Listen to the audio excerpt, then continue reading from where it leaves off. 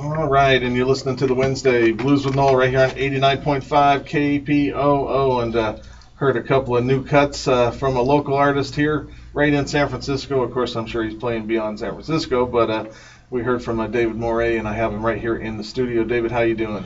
I'm doing great. I want to thank you so much for your invitation, and I want you to know that I'm a big fan of your program. And also, I wanted to thank you for what you're doing for the music that we love, the blues. That's for sure. It's the original American music, and Yeah, so that's why. that's right. And it lives on in many, many forms. And I see you got it going on right here, and some great guitar playing and singing there. Tell us more about yourself, David.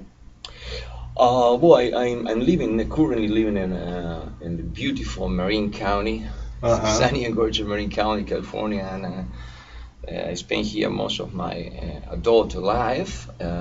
I was born in Buenos Aires. I'm the son of an Italian immigrant and an Armenian. My father is he was Armenian.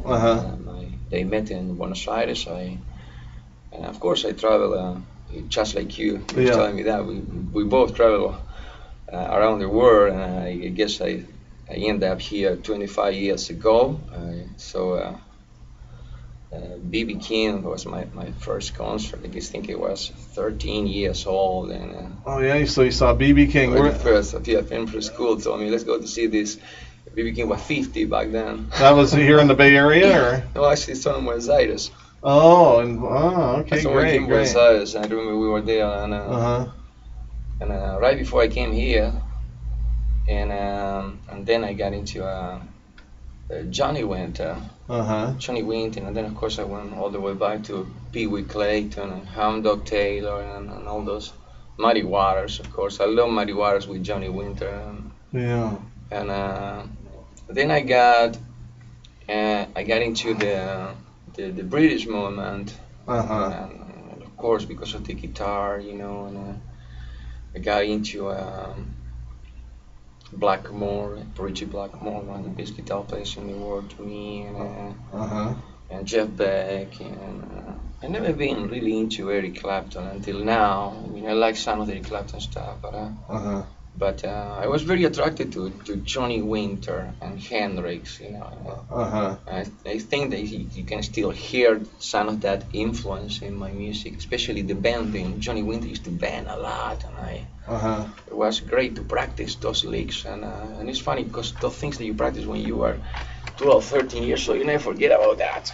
Yeah, well, a lot of those guys you mentioned were instrumental in bringing the blues to different people through their music. I know Johnny Winter, of course, with Muddy Waters, promoted Muddy Waters, and came along and brought many people to appreciate the blues, as well as some of the other artists you mentioned too, because all of it came from the blues. So. Amen. Yeah. So, David, you're here in San Francisco, and you play several clubs here locally. Where do you play here in the city?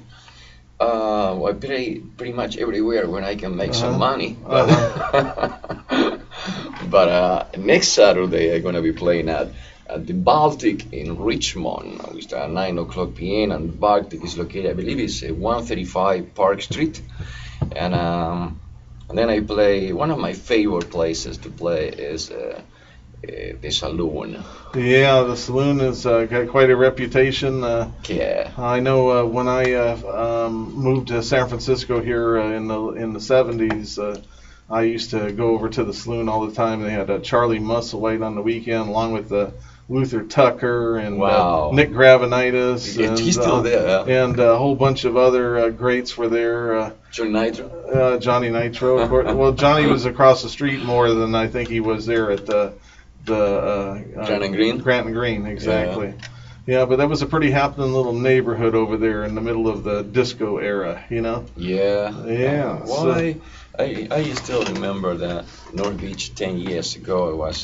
We couldn't walk on the sidewalk. I used to play with. I think back on 2002, I play for almost a year every Friday and every Sunday with Johnny Nitro. And, right after I was going to a divorce, and I remember that kind of down, and Johnny told me, this is the time you need to play the most, and and he got me under his wings, and I learned a lot. I respect Johnny a lot, and I miss Johnny Nitro a lot, Oh actually. yeah, he was very much loved here in the Bay Area. In fact, at my birthday party a couple years ago, he was there. I'd say just a few months before he passed away. So he was at my party along with many other greats here in the Bay Area. It's he's definitely missed. So David, this is your debut release right here.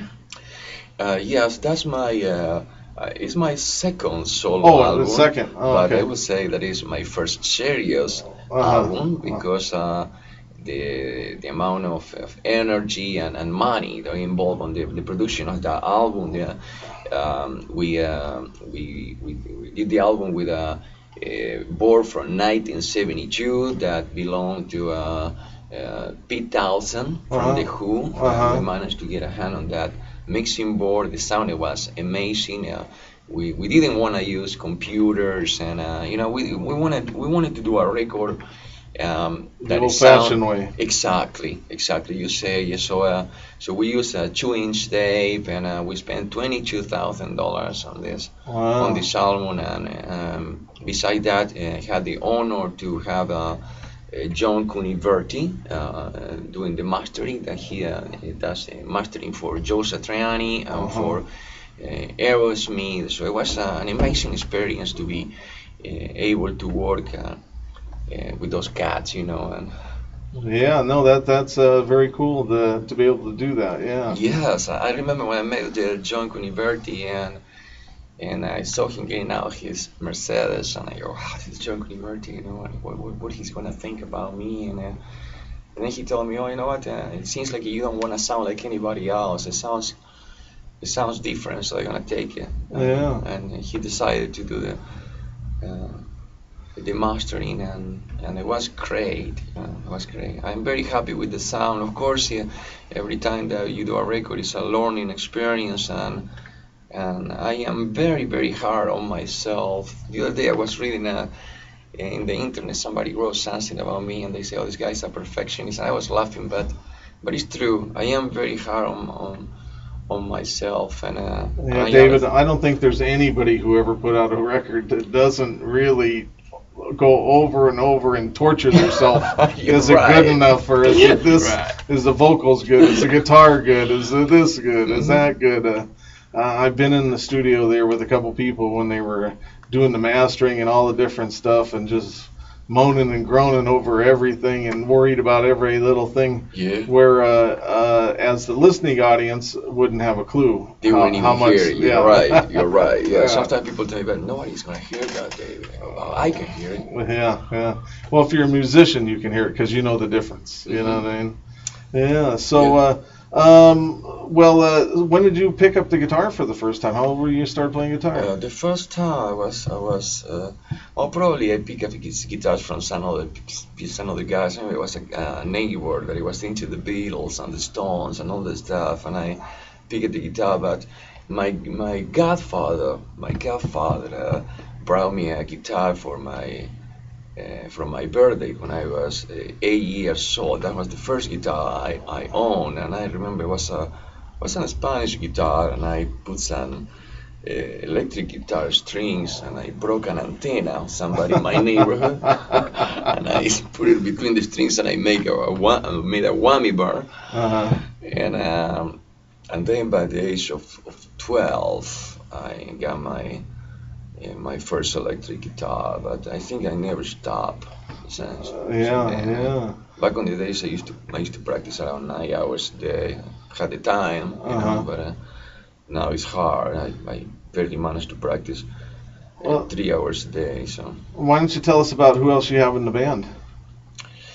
I use different rhythm sections. My regular bass player now is Kirk Bowman. I mean, we've been playing with Kirk for quite a while, and it feels like a pair of old boots. It just fit. And Kirk, I have to say, is an amazing bass player, and it's very difficult to play with me because I improvise a lot. Every show is different, and most guys they have tendency to panic on the stage, you know, with so many changes and so much improvisation and of course I love Andy Dorshak on drums. Mr. Andy Dorshak, that he owns Drums magazine, and he used to play with Corby Yates. He just passed away.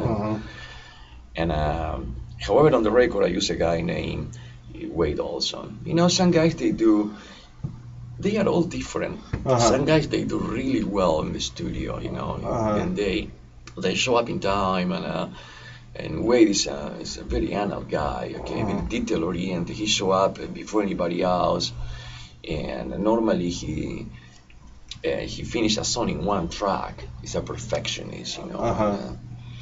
It's a little more difficult to work with him on the stage, of course, but yeah, now I'm using a lot of Kurt Bowman and Andy Dorsch, and I use AJ, you know, Artie Joyce on bass guitar, and I use Clay Rasmussen from the used to play with Daniel Castro, and I love AJ. He has a lot of energy. AJ is great.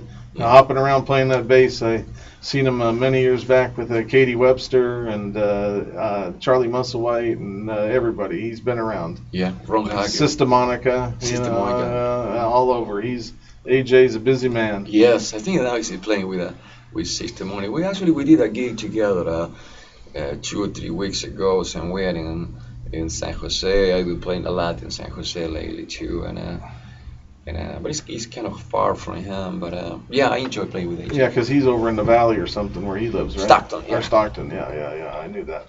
Yeah, so you got a show coming up in Berkeley. How about when you back at the saloon? Point Richmond. Point Richmond is this Saturday at the Baltic, and I'm going to be at the saloon on the 29th, actually. Okay. It's always an honor for me to play on that venue, no matter where I go. I have played. I go in tour out of the United States. Actually, I'm going in tour now on December the 3rd.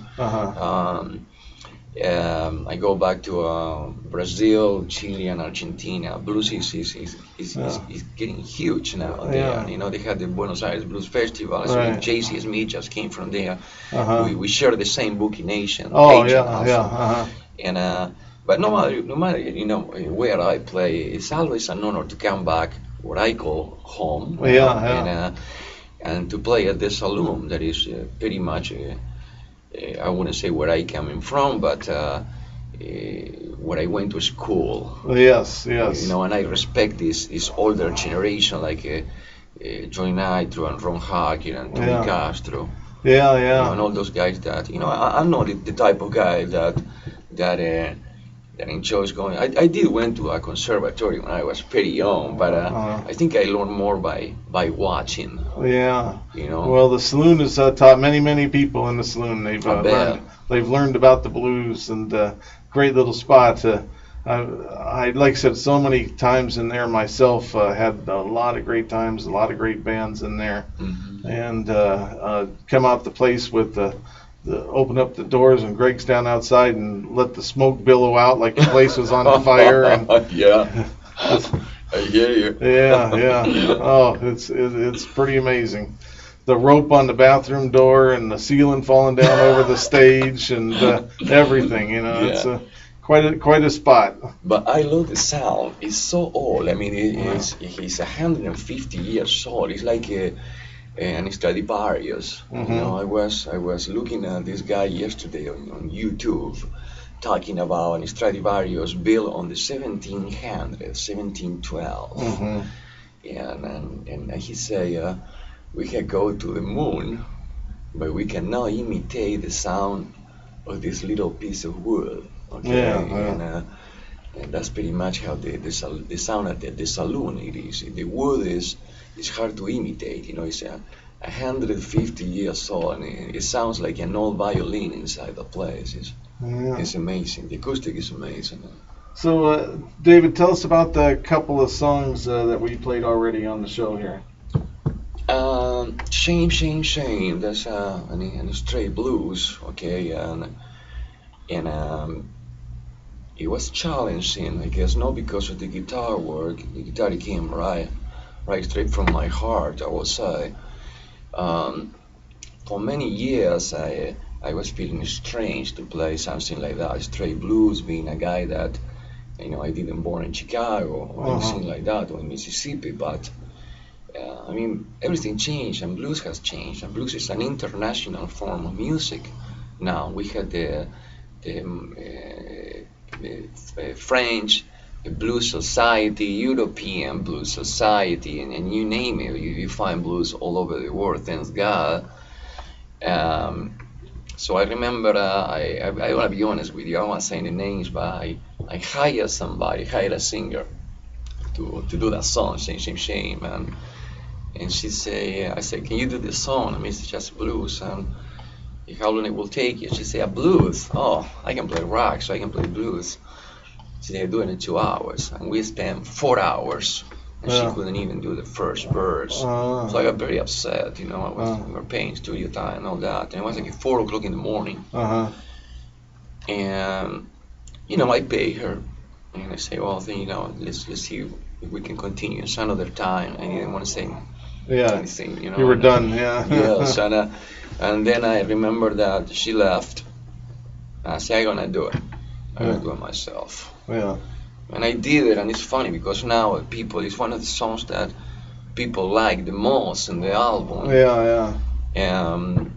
And then after that, I was so angry, so upset that I did the last track in the album that is "You're Not Good," and not many people know why it's "You're Not Good," because I was super tired, 4 o'clock in the morning, and we had to do one more song, and I remember I did "You're Not Good." It was one take, just one take, and it was a 1962 Fender Strat from Muka, the owner at Prairie Sound Studio. Amazing guitar, amazing piece of wood.